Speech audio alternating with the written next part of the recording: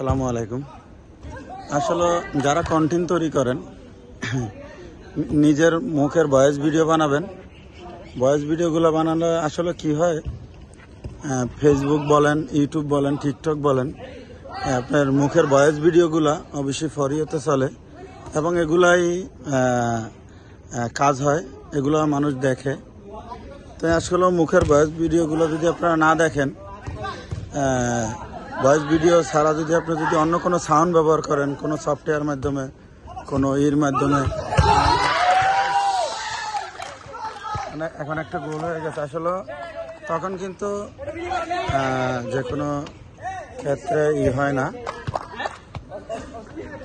মুখের ভয়েস ভিডিওগুলোই কাজ হয়, বিশেষ করে মানুষ দেখে এবং ফেসবুকের যেই সিস্টেম আছে, রোজ আছে, এই কারণে। অবশ্যই আরও একটা কথা, আপনি নিজের ভয়েস দিয়ে ভিডিও বানাবেন, ইনশাল্লাহ সবাই দেখবেন।